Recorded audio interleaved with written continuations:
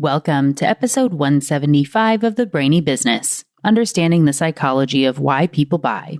In today's episode, I'm delighted to have Dr. Gleb Tsipursky back with us to share about how to avoid disasters when returning to the office. Ready? Let's get started. You are listening to the Brainy Business Podcast, where we dig into the psychology of why people buy and help you incorporate behavioral economics into your business, making it more brain-friendly. Now here's your host, Melina Palmer. Hello, everyone. My name is Melina Palmer, and I want to welcome you to the Brainy Business Podcast. Back on episode 111, I was joined by Dr. Gleb Tsipursky, CEO of Disaster Avoidance Experts, discussing his book, Never Go With Your Gut. When Gleb reached out to let me know that he has a new mini book on helping companies think through and prepare for returning to the office, including the cognitive biases that can impact this decision-making process for people in business, I knew I had to have him back for another conversation. Yes, this specific topic is incredibly relevant right now. But there's also an incredible amount of insight that Gleb provides about the collective cognitive biases of leadership that absolutely relate to other big strategic decisions as well. As you'll hear in the conversation today, beyond his background knowledge of behavioral science and those concepts, Gleb interviewed and has done work with more than a dozen companies and helped them with their plans to return back to the office. His insights can help you learn from their mistakes and best practices as you work on your own plan, whether you're looking to keep a fully remote workforce, have everyone back in the office, a hybrid approach, or if you aren't sure yet, this episode is for you. You will find links to past episodes, including those on status quo bias, confirmation bias, anchoring, and Gleb's last time on the show, as well as his books and others relevant to the discussion, and ways to get in touch with Gleb within the show notes for the episode, which are waiting for you within the app you're listening to or at thebrainybusiness.com/175. Those already on the Brainy Business list got a direct link from me in the email you receive every Friday. Not on the list yet? Simply sign up for any freebie at thebrainybusiness.com and you'll be automatically added. The freebie for this episode is the first chapter of my award-winning book, What Your Customer Wants and Can't Tell You. And if you already have the book, in which case, thank you, you'll also be automatically added to the list when you get your copy of the free PDF companion workbook. Both are housed in our free behavioral economics community called the Be Thoughtful Revolution. There's a link to join that global community in those show notes as well. Now let's jump in. Dr. Gleb Tsipursky, welcome back to the Brainy Business Podcast. Thanks so much for inviting me back, Melina. It's a pleasure. Yeah, really excited to have you here. And we're talking about, well, you've actually written, I think, a couple of books since we last talked, but this most recent, we are going to be talking about returning to the office and hybrid work and things like that. But before we jump in, can you tell the audience that isn't familiar with you yet a little bit about you and your background, all that sort of good stuff? Sure, happy to. My background is in decision-making and risk management. So that's my area of expertise. The dangerous judgment letters from folks who know about this show, of course, you know about these cognitive biases and all the ways that our brains are screwed up and the points don't matter. That's the stuff that I study. And specifically, my expertise is in debiasing. How do you defeat these cognitive biases? You know, the first generation of scholars, Daniel Kahneman, Amos Tversky, and so on, they were studying the way that our brain is screwed up. Because of our evolutionary heritage, because of the structure of our brain, we're not adapted to the modern environment. Our brain isn't. And so that's a problem for us because we live with a savanna ancestral environment in a modern world. So that they were discovering how we're all screwed up. My generation of scholars, so I spent 15 years in academia, got a PhD at UNC Chapel Hill, and then I taught for 7 years at Ohio State's Decision Sciences Collaborative. And my generation of scholars, or the second generation, was looking at how do you solve these problems, debias the cognitive biasing.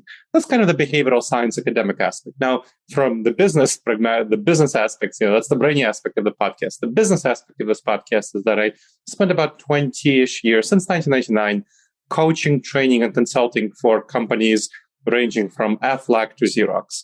So looking at these cognitive biases in the companies and how do you address them effectively. Of course, leaders make all sorts of screwy decisions all the time because of these dangerous judgment errors that really would cause them to make some pretty problematic choices.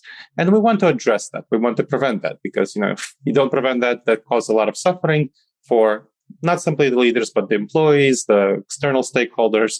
So my expertise has been in helping these companies make better decisions and future-proof themselves against an increasingly disrupted future. And I published a couple of books on these topics.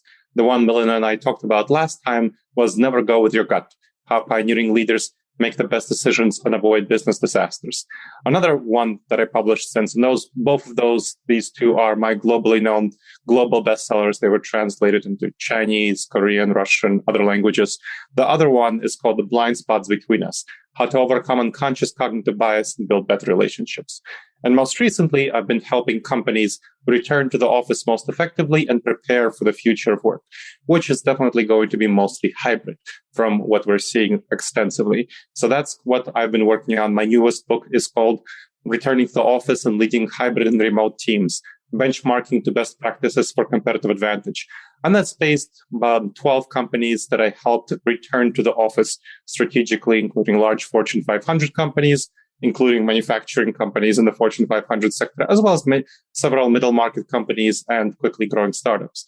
Since I published that book in May, I already helped 4 more. So I have 16 companies under my belt, helping them return to the office in an effective strategic manner that addresses cognitive biases and helps them make the best decisions to seize competitive advantage going forward. So that's what my expertise is in, and that's how I'm applying it right now. Right. Returning to the office is obviously a huge topic that everybody's really thinking about now, even before, Delta surging happened. And, we don't know what's going to be coming. There could be additional variants and surges, or maybe things are just magically, quote unquote, normal again, knowing that we won't actually get back to where we were. But, like you said, there was the line in the book of, the genie's out of the bottle. So like we're here, we've gotten a taste for remote work. And so that's something that we have to all be keeping in mind as we look for whatever that new normal becomes. But I think just to kind of kick things off is what questions should businesses be asking as they're trying to figure out if they are looking for hybrid models, if they're wanting to stay all remote or bring people all back in? What should they be thinking about as they evaluate this sort of question? They should be thinking about 2 questions, 2 related questions. And of course, the goal is to seize competitive advantage in our increasingly disrupted future. So to future-proof yourself, you want an arrangement of work for the future of work that helps you be most fit for our increasingly disrupted future. And we know whether it's COVID, variants, whether other things, cybersecurity threats, all of these other things that are going on, we know things are troublesome in our world. So you want to think about that. That's kind of the broader framework in which we're coming. And then the 2 questions you want to ask yourself are, well, given that our main source of competitive advantage for businesses is their people. So people are your main source of competitive advantage and the systems and processes through which they go, but the people are there. They compose the competitive advantage. So you want to ask, what do your current people want? And then you want to ask, what do your potential hires want in regard to returning to the office? So those are the 2 fundamental questions you want to be thinking about. Because if your current people are not happy with your choices, you will not have very good retention. And if your future potential hires are not very happy with your choices, you will not have very good recruitment. And therefore, your productivity, your morale, engagement, basically your bottom line, you will not go in the right direction. So that's what you want to be thinking about. Now, for, of course, your people internally, you want to look at surveying them. And I'm shocked by how few companies have surveyed their employees. So I was working, one of the companies or organizations for which I consulted is a large global group, organization of peer executives. So it has peer executive chapters across the globe, centered in the US and Canada, but also across the globe. And it's mostly middle market companies with folks anywhere from, as low as 10 people, more like 50, and as high as 4,000 people in these companies, some higher. But that's the general segment. When they were doing surveys with my input on what their leaders were thinking about in terms of returning to the office, and these were surveys done in April of 2021, we found out a shocking statistic that only 44% of these leaders asked their employees what they wanted, surveyed their employees on their preferences for returning to the office. Now that's kind of ludicrous. Only 44% asked their employees what they wanted. If your people are your main source of competitive advantage, wouldn't you think you would want to know what kind of things they want to do in returning to the office, given it's their future? So that's a big problem. So that's one. So you want to survey your employees, and for knowing what your potential hires will want, you want to look at external surveys of folks. And we know from external surveys that these are surveys conducted by organizations like the Harvard Business School, Society for Human Resource Management. There are 8 major surveys that I describe in the book. And what the surveys clearly tell us is that the future is very much mostly hybrid. So 85% of people in various surveys, a little bit more, a little bit less, want substantial remote work. That's either hybrid or full-time remote. Of those, 25 to 35% want full-time remote work. So you have the largest chunk, of course, something like 55, 65% want hybrid schedules, coming in 1 to 2 days into the office. And then something like 20, 15% want full-time back in the office. So that's kind of the breakdown. Now, how important is it for people?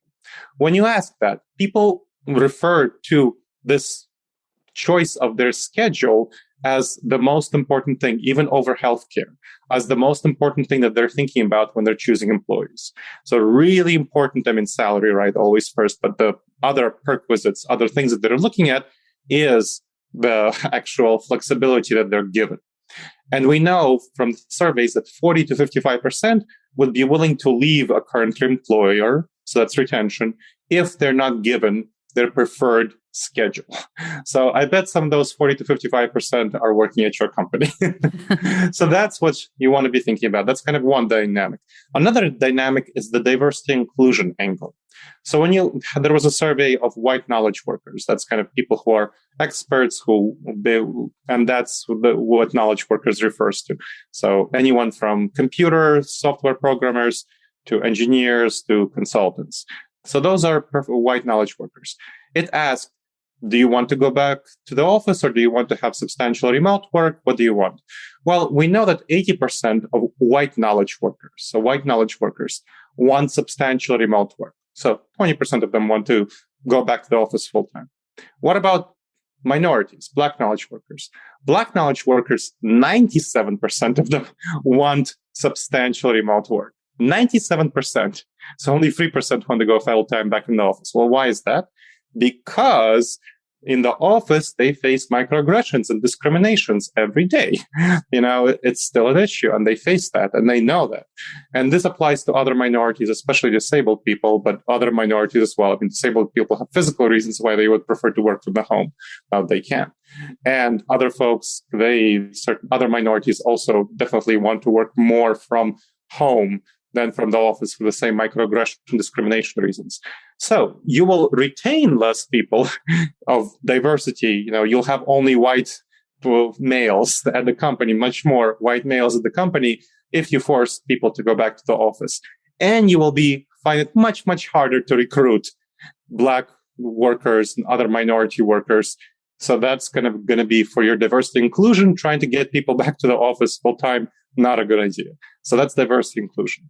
We also know that people report very much higher productivity, much higher happiness, health, and well-being from when they are working from home. So something like 75% say that substantial remote work after things become safe, after COVID, will make them happier. 70% say it will make them less stressed. 75% say it will give them better work-life balance, well-being. So all of those things are really important. Let's talk about productivity for a second. So productivity is a major, major issue that, people talk about. Oh, are people more productive working from home? Are people more productive working from the office? We have unequivocal research, very clear research, that people are substantially more productive working from home on average. 10 to 14% more productivity from working from home, even more on your individual tasks. Your individual tasks are definitely much better done at home. I mean, you don't have those interruptions. You can focus more. You can do your individual tasks. On collaborative tasks, it's more of a wash. Some people and some tasks are better done in the office. Some are better done at home. So it depends on the person, depends on the task. So it's more of a wash, but the individual tasks definitely better done at home. So this is something that people are much more productive and they're willing. So that's kind of on the front end of productivity. What's your actual output? On the back end, how much does it cost? People are willing to take substantial pay cuts for substantial remote work. So anywhere, I mean, if people want to work Monday through Friday, 9 to 5 in the office, they're not willing to take a pay cut. But, if people want hybrid or remote work, they're willing, especially remote work, up to 25 to 30% of their salary, an average of 8% of the salary. So across everyone who wants to go back to the office full time, to hybrid, to full-time remote, 8% decrease of the salary. So people are much more willing to decrease salary. So there's a lot of advantages to having substantial remote work and a lot of disadvantages to forcing people back into the office. So these are the kinds of questions you will want to be thinking about in terms of retention, in terms of recruitment, in terms of well-being, stress, diversity, inclusion, productivity, and then your bottom line. Right. Well, and I know we didn't even talk about this. There was a little bit, there's definitely a section about it in the book. So that exists for people when they go to check that out. But in evaluating your physical space. So in a world where you had everyone on site for the most part, and then now you have this opportunity to say, well, do we actually need X thousand square feet that we have in this building? And do we need all the buildings that we have? What if we were to shrink things down and then you have, less real estate that you're having to pay for and you're able to, shake that up a little bit and save on the bottom line as well? You're absolutely right. And so this comes after the decision of whether you go, how much time do you spend? So you should not let the real estate drive the decision, because that's kind of like a downstream dynamic, but you want to be thinking about, okay, now that because your primary consideration should be your people. That's your key source of competitive advantage. So you don't want to let real estate determine that. But once you are thinking about, okay, so we're going to go, let's say we're going to go hybrid. The model that my clients overwhelmingly adopted. One of the 16 companies decided to go full-time remote. 16 companies decided to adopt a hybrid first model with some people fully remote. And that means most people coming in 1 to 2 days a week. That's, 70 to 90% of the population of the workforce, and then 10 to 30% being full-time remote. That's kind of the best practice, and we can talk about that. Once you adopt something like that and you say, okay, that's what we want to do, then you want to figure out, okay, how much usage am I actually having in my space? Now you want to look at, okay, how much are people coming in? So let's say on average, people will come in 1 day a week. That means some people are full-time remote. That means some people come in 2 days a week, maybe even 3 days. On average, you have 1 day a week. Now, you need some office space as kind of basic for your payroll, for those basic functions, and HR, stuff like that, where people can walk into an office. Then you need some leadership space, so that's not going to change. You need those leadership private offices where you can have those conversations. And you need other activities, so you still need training spaces. You need conference rooms, all that sort of stuff. So it might occupy 20 to 30% of your space right now. And the rest of it depends on occupancy, depends on how many people actually come in, right? The usual typical approach to office buildings is having 20% collaborative space, 80% private space. Some that private space is leadership space. So you have something like 70% of your space is based on occupancy by workers. Now, if you only have them coming in 1 day a week instead of 5 days a week, how much space does that free up? You don't have that space occupied, and you want to make sure to distribute them throughout the week so that you don't make the mistake that Apple made and say everyone will come in on Monday, Tuesday, and Thursday. Right. And you have your space standing completely empty 4 days a week. That's not very smart. We could talk about other poor decisions that Apple and some other large companies made. Now, like I said, the biggest top companies make pretty poor decisions significantly often. So going back to the space, you figure out, okay, distributed throughout the week, people are coming in an average of 1 day a week. That means that if we had 100% occupancy before the pandemic, now we have 20% occupancy for the part of our real estate that depended on occupancy. So you have, again, 70% of your real estate depends on occupancy. So you can get rid of something like of that proportion. You can get rid of 80 to something like 80% of that space, and you'll have 50% of your previous space left. That's great. You don't have to pay for the rest of the space. You don't have to pay for the lease. Obviously, that's great. And then you don't have to pay for the real estate-based services, things like janitors, things like security, products like commercial printers, and so on. So companies with which I've been working have been finding a lot of cost savings as a result of this transition.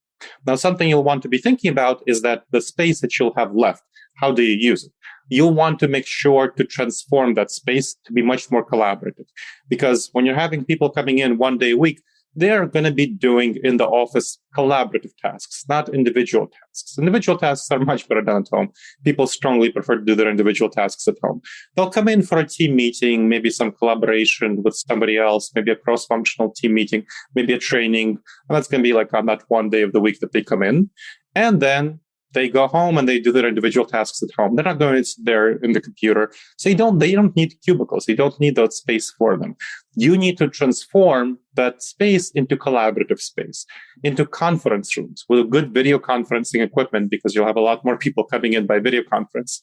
You'll need to have good training and good lounges so people can informally collaborate, and boardrooms for small subgroups of larger teams. So that's the kind of spaces that the companies with which I consulted, how they transformed their spaces.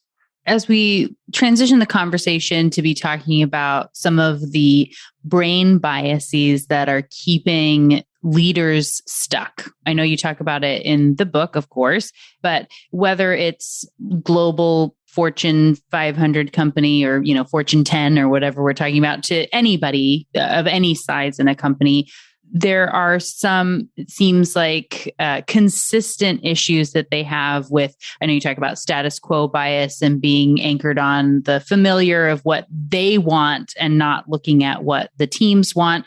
Can you share a little bit about those biases, both to make sure that people who are the remote workers, have some awareness of what they might be fighting against, but also for the leaders that are listening, that they're able to kind of look inward at themselves to ask, am I being hung up on some bias that shouldn't be impacting this decision? Sure, happy to talk about that. So let's start with the status quo bias, since you mentioned that. The status quo bias is one of the biggest problems here. And the status quo bias refers to the fact that we prefer things to remain stable, things to remain as they were, as we perceive them to be the right way. So leaders have been successful for 20, 30, 40 years in their career by leading in person. They like that. They're comfortable with it. They know how to do it. They know how to do it well. They tend to be extroverted, tend to be gregarious. They like people. I mean, I've lost count of the number of leaders who say that, I really, really like being surrounded by people. I'd really like to do that again. So there's kind of that personal discomfort with working alone. And there's that personal desire to have people there so you can see them and you can see them working. The leaders like to have that perception of control. Of course, it's an illusion of control, one of the cognitive biases. The illusion of control refers to us perceiving us as having more control over the situation, including other people, than we actually do. I mean, when you look at the research on how much time people in the office actually spend working, out of a 40-hour work week, it's about 20 hours. I mean, the rest of the time, there's a reason that Amazon gets most of its sales during during people's working hours. So that is how people spend their time. So you don't want to exaggerate the way you have control over them. But leaders feel that they have control. They feel comfortable with it. And that feeling, it should be a hint to you that this is a cognitive bias, the gut intuition, the feelings. That's why I say Never Go With Your Gut is the title of my most well-known book. It's something that people tend to make serious, leaders tend to make serious mistakes about. And they want to turn back the clock to January 2020. They want to go back to that time, even though it's completely unrealistic, because the world changed and because the people around them changed. but leaders really don't like to acknowledge that. That's why you see top leaders. So we talked about Apple, right? So Apple is trying to make its people go to the office. And this is a serious problem. People at Apple are rebelling. They're publicly going out and saying, look, top people are resigning, leaving Apple because of this. We have a lot of low morale, turnover issues. There's conflict in the company. Apple employees tend to be very, very loyal. And for them to come out and say this is a very strong indication that things aren't all right at the largest company in the world. Right. So that's Apple, right? Their decision making. We saw that at other top companies. I mean, Google has been saying for many, many months that they were all going back to the office, going back to the office, going back to the office. And as my internal source of Google tell me that, they had started having people leaving, and they started again having conflicts, low morale. And then May 5th, so long before the Delta surge, Google announced that, we screwed up. We're going to change our policy. We'll have 20% of our workforce be fully virtual and another 20% working from any office they want, and the rest hybrid. So Google had to change its mind. How many billions of dollars did that cost Google to change its plans? And of course, to have top people leaving, and so on. Same thing happened at other prominent companies. Amazon had the same situation with Google. It reversed its decisions on June 10th to try to force everyone back to the office. Uber did the same thing. And these are top technology companies, so very huge companies. Same thing is happening at other companies elsewhere. So this is a very big problem, the status quo bias, where leaders want that status quo. Another related cognitive bias to this issue is anchoring, where we tend to be anchored to the initial information that we have about the topic. Leaders have been successful, I mentioned, but they also learned about how to lead and how to behave in the office. That environment, often predating digital offices, they tend to be, of course, leaders tend to be older, experienced. And so they don't have this kind of native virtual appreciation and association with the digital environment. And so they're much more uncomfortable in virtual environments and in collaborating virtually. And so their information is really stuck in the past. And they filtered all this new digital stuff from their initial in-office experience, using Rolodexes, if you remember what that is. Yeah. So those are kind of the anchoring things, the status quo bias, the anchoring bias stuff. Some other biases have to do with information. Now, leaders tend to perceive themselves as having shared perspectives with the people they lead. And again, that goes back to the tribal savannah environment where we perceive ourselves as having the same opinions as others in our tribe, having similar values. Now, unfortunately, that's often not the case, as the leaders at, Google and Amazon and Uber and Apple found out when they had to reverse their plans. Well, Apple didn't yet, but the other companies, they reversed their plans. So top leaders, let's call the false consensus effect. When we perceive other people who we share similarities with, especially having similar beliefs to us when they often don't. So that's the false consensus effect. Now, another big problem here is called the confirmation bias. Been checking out this show for a while. You've probably heard about this one several times. Confirmation bias is one of the biggest problems we have in terms of information gathering. We look for information that confirms our beliefs, and we ignore information that doesn't confirm our beliefs. So in the companies that I worked with, when I found out several companies, how the leaders tended to get information about what they should do in returning to the office, so that the CEO talked to the C-suite talked to the senior vice presidents, and that's all. And then they just talked to each other, and they didn't talk to anyone else. And so this was a serious problem because they all came from the same background of shared perspectives. Leaders, long time in the company, gregarious, social, wanting control, wanting accountability. Not the best environment for decision making. So that's when we had those issues also with top leaders not serving their people. Only 44% of these middle market companies serving their people. That's very bad.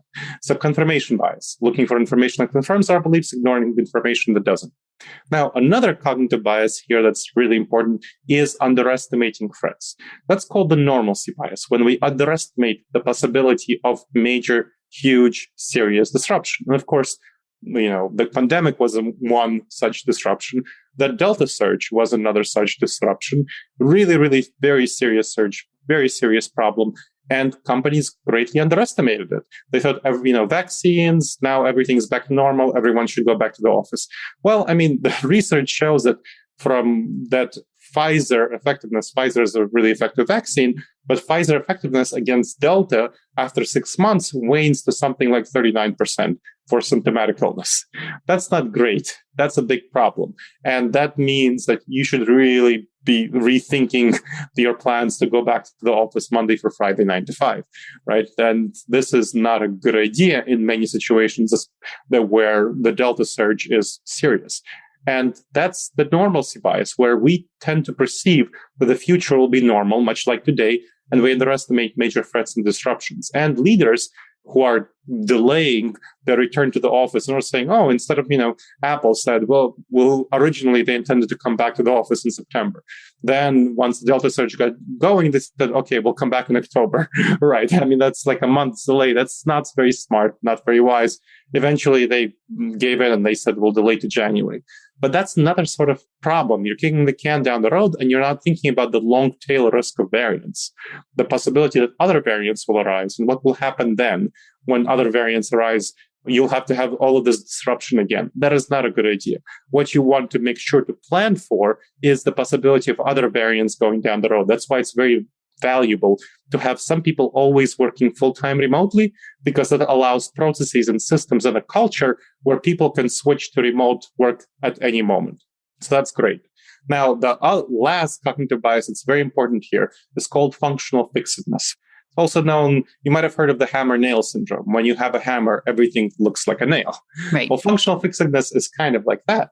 When you have figured out one way to function, one way to lead, one way to collaborate, one way to innovate, one way to work together, one way to address diversity inclusion issues, one way to do performance evaluation, one way to do training, you tend to stick to that and perceive that that's the right way to continue doing it going forward. And that's a big, big problem, because what happened in March 2020 is that companies, when there were the lockdowns, they transposed their in-office culture, in-office ways of collaborating, leading, innovating, all of that sort of stuff on virtual work and full-time virtual work.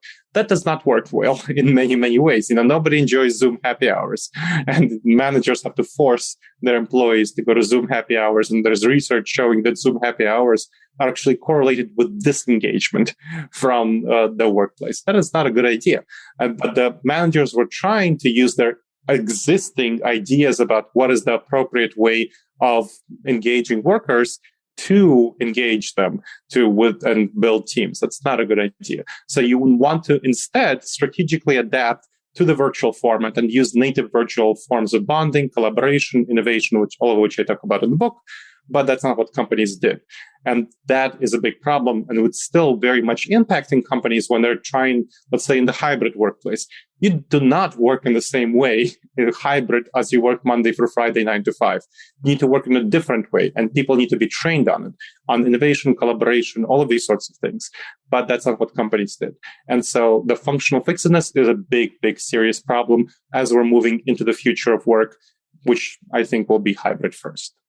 Thank you for going through those kind of top biases and things to be keeping in mind. I do have episodes on several of them. So status quo bias, confirmation bias, anchoring, and some others that are in the book. I know you talk about planning fallacy and whatnot. So we'll have links to all those in the show notes for people that want to dig in and learn more about those biases moving forward. So there's a lot that makes us feel like we want to go back to what we had. And so we have to realize we can't. And it's important to know, like you said, that the people that are doing a lot of that work are not just like you at the top, essentially, where you learned this way, you want to go back, but they would actually be happier. And they're willing to give up a significant portion of their salaries to be able to stay remote. So there are a lot of great benefits to that.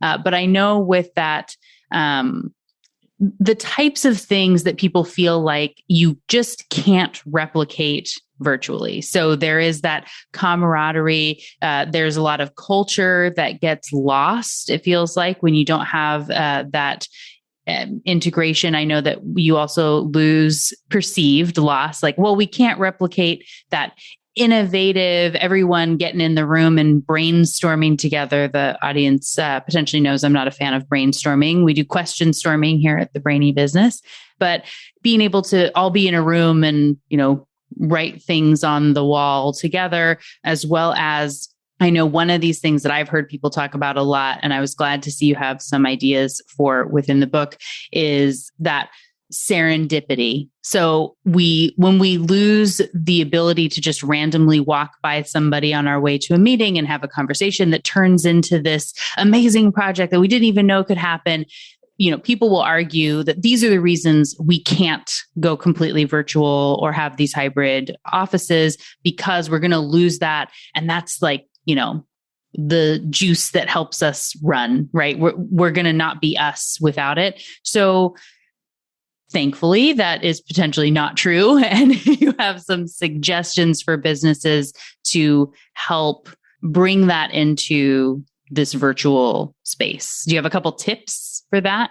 Yes, happy to. So let's talk about innovation first, and we can talk about collaboration next. So there are two dynamics here, and of course they're related.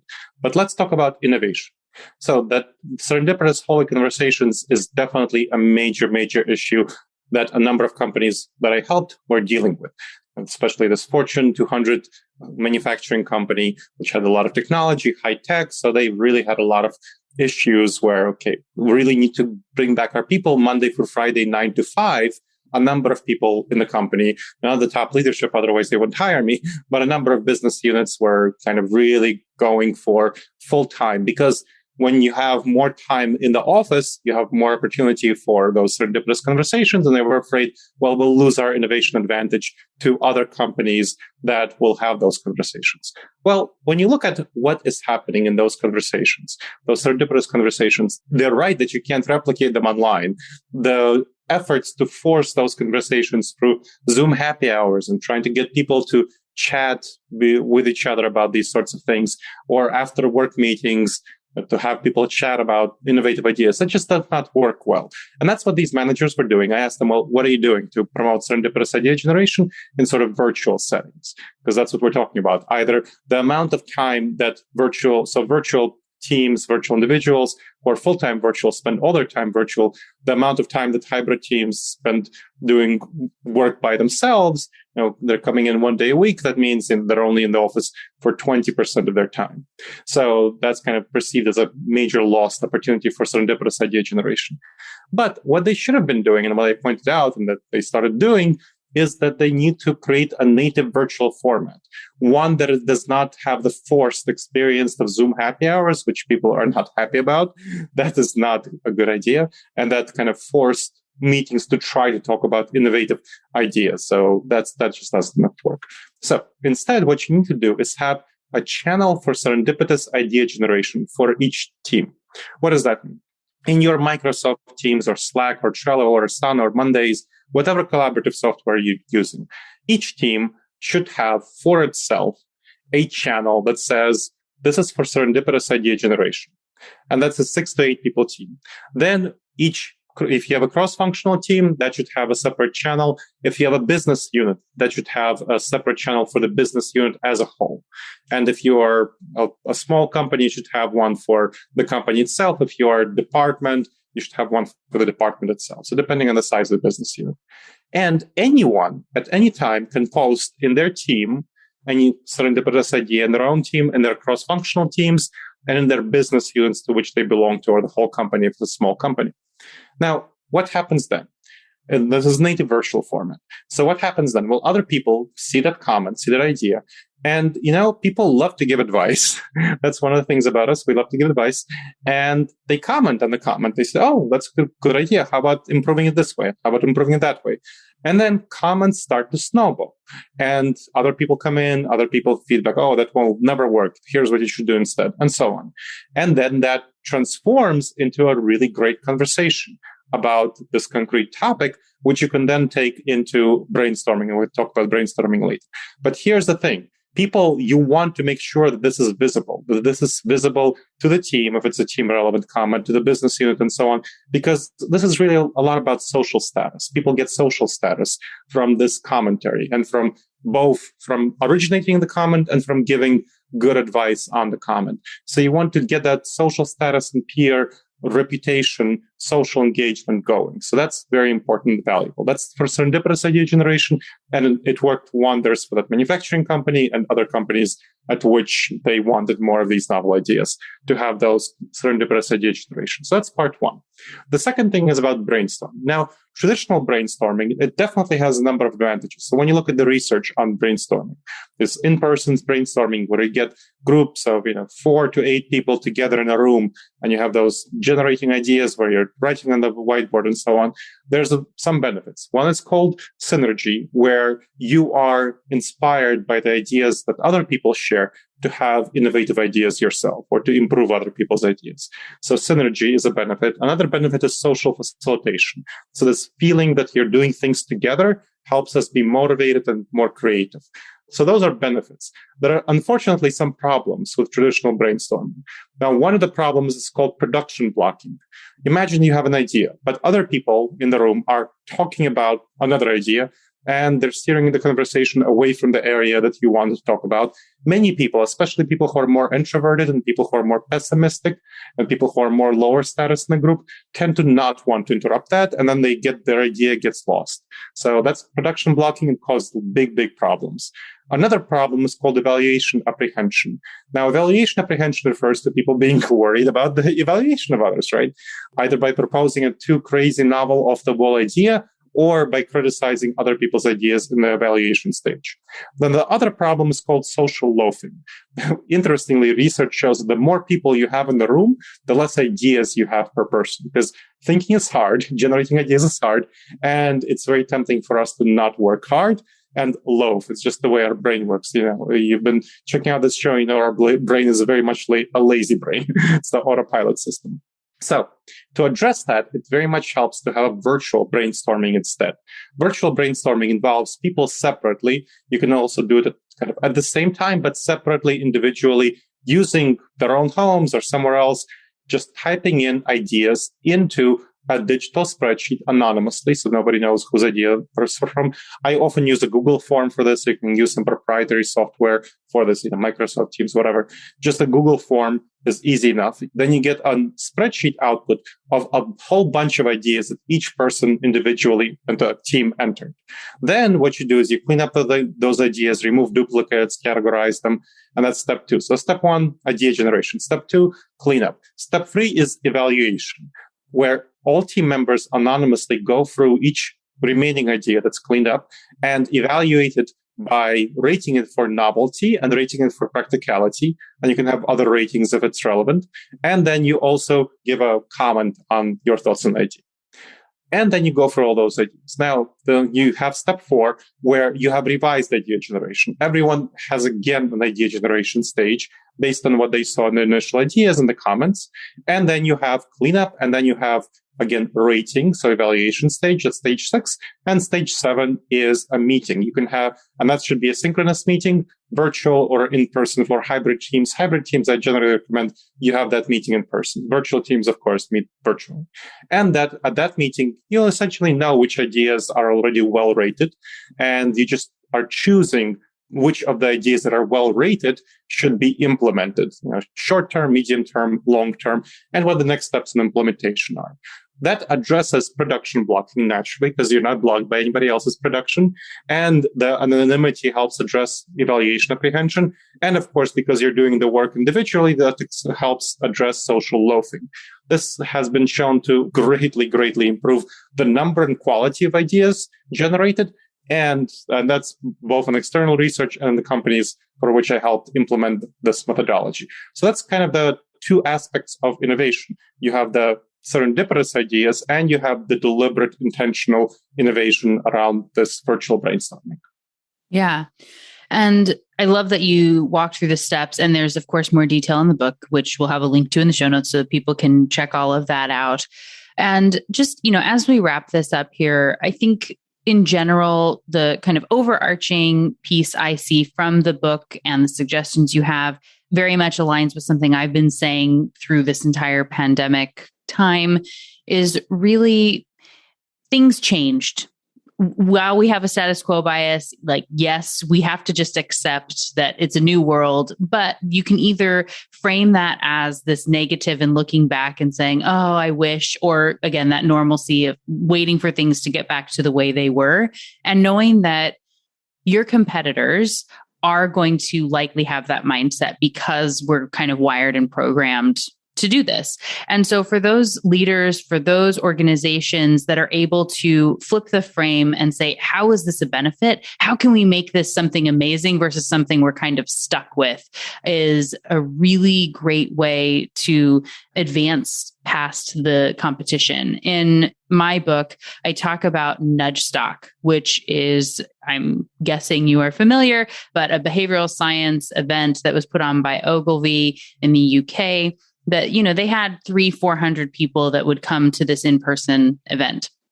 And it was a really cool conference. But, there aren't that many people that can go participate in this in person. And it was planned, for June of 2020. And they have that moment of, I guess we need to shift. And instead of all the conferences where people were saying, well, we have to make our less good version of a conference just to put a pin in everything we wanted to do this year, and we'll do something good next time. What's the worst version that we can do?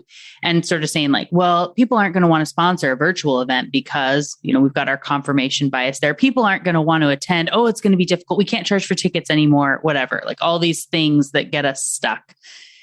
And Ogilvy looked at this differently and said, how can we make this awesome? How can we make this just this really amazing, fantastic event? What benefits do we have of now being virtual? And they had 120,000 people sign up and go watch the event that happened. And it was over, 24 hours really of all these really great speakers coming in.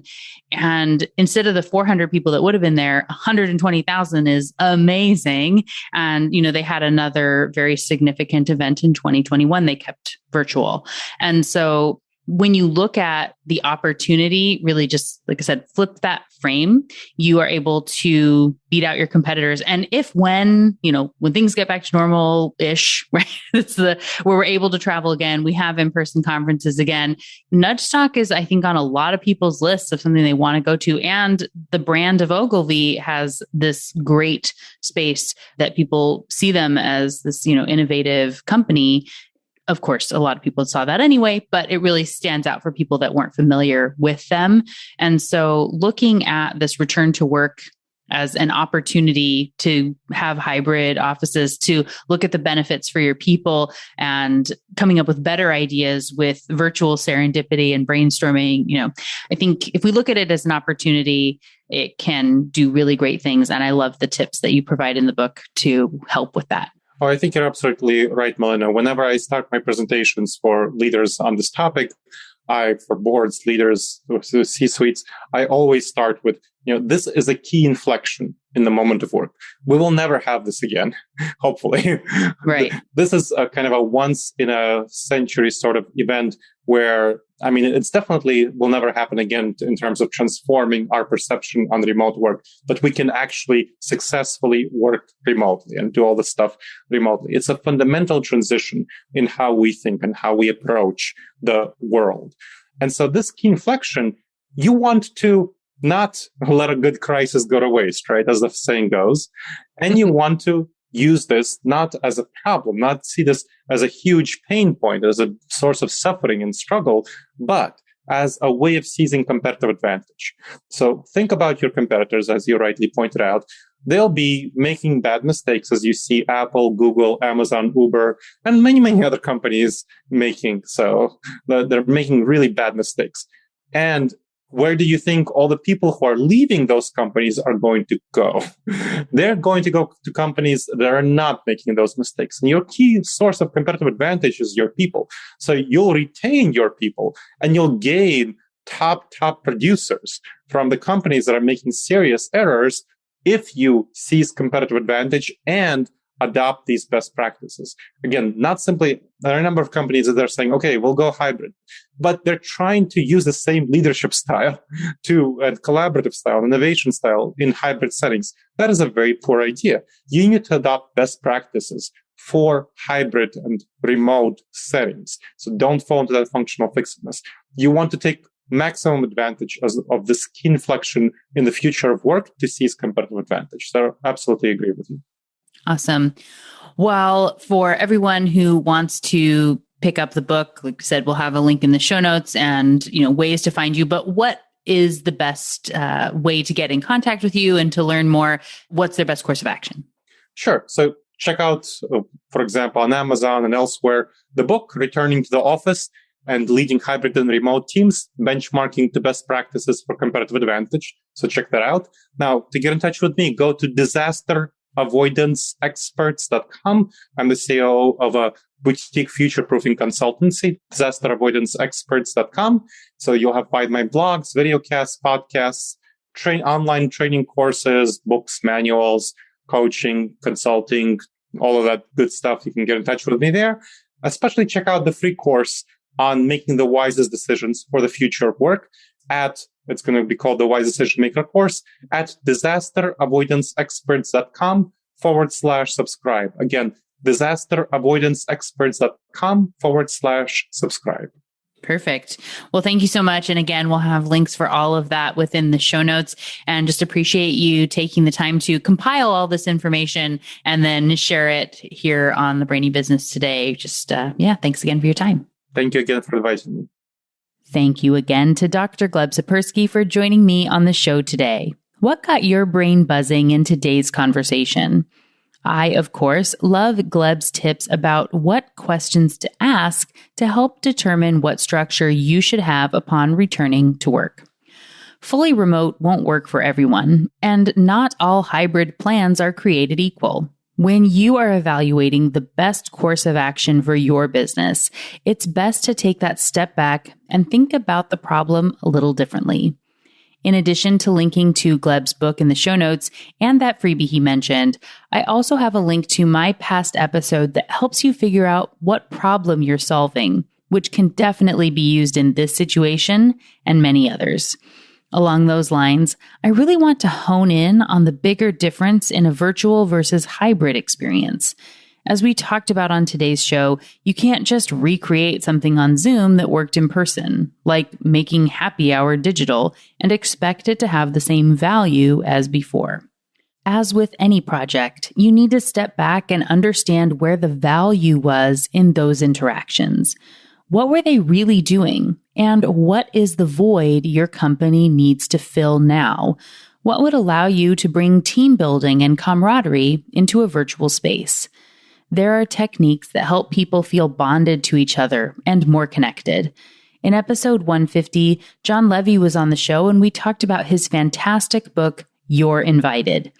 In it, he talks about the hundreds of uncommon dinners he's held where strangers get together and can't share their last names or what they do for a living, so the conversation is instantly on a deeper level. He invites Olympic gold medalists, best-selling authors, actors, superstar athletes, Nobel Prize winners, and others who are likely used to superficial conversations about that all too common, "What do you do?" question that most of us never get past. When last names and jobs are off the table, you talk about more interesting stuff like favorite vacations, families, and other things that make you tick, and the connection is instantly deeper. Likewise, when Troy Campbell was on the show recently in episode 169, we talked about making meetings, in-person and virtual ones, more useful with some exercises to kick them off.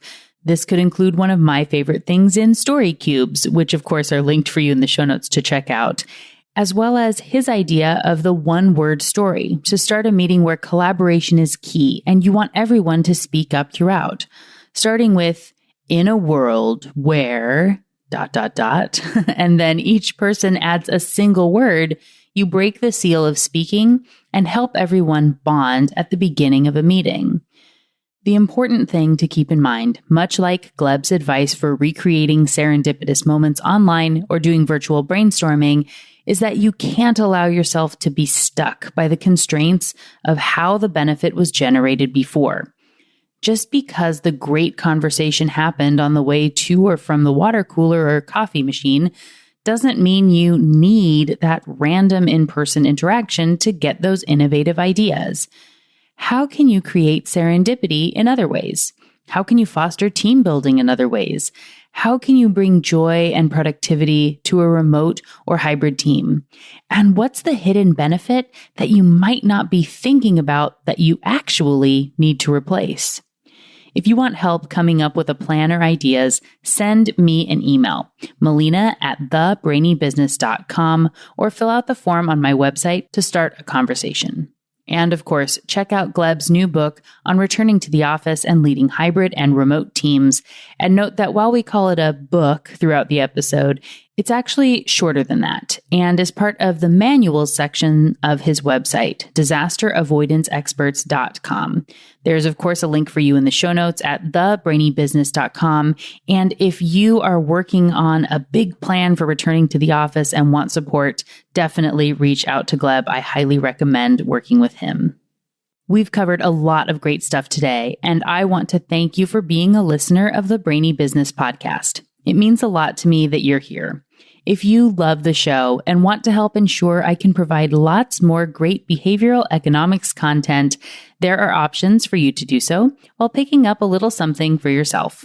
Of course, if you haven't already, you can buy your own copy of my award-winning book, What Your Customer Wants and Can't Tell You, which is available in paperback, ebook, and audiobook.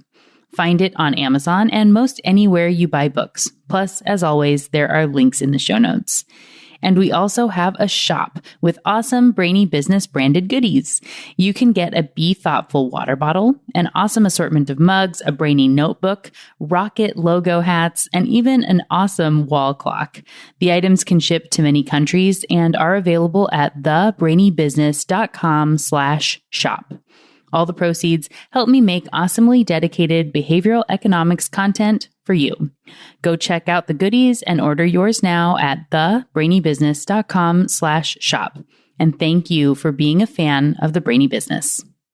Thank you again to Dr. Gleb Tsipursky for joining me on the show today. It was wonderful to chat with and learn from you. Next week, on episode 176, Adam Hansen, author of Outsmart Your Instincts, is here for a fascinating discussion on cognitive load and how a small disruption can change everything. It's going to be a lot of fun. You won't want to miss it. Until then, thanks again for listening and learning with me. And remember to be thoughtful. Thank you for listening to the Brainy Business Podcast. Melina offers virtual strategy sessions, workshops, and other services to help businesses be more brain-friendly. For more free resources, visit thebrainybusiness.com.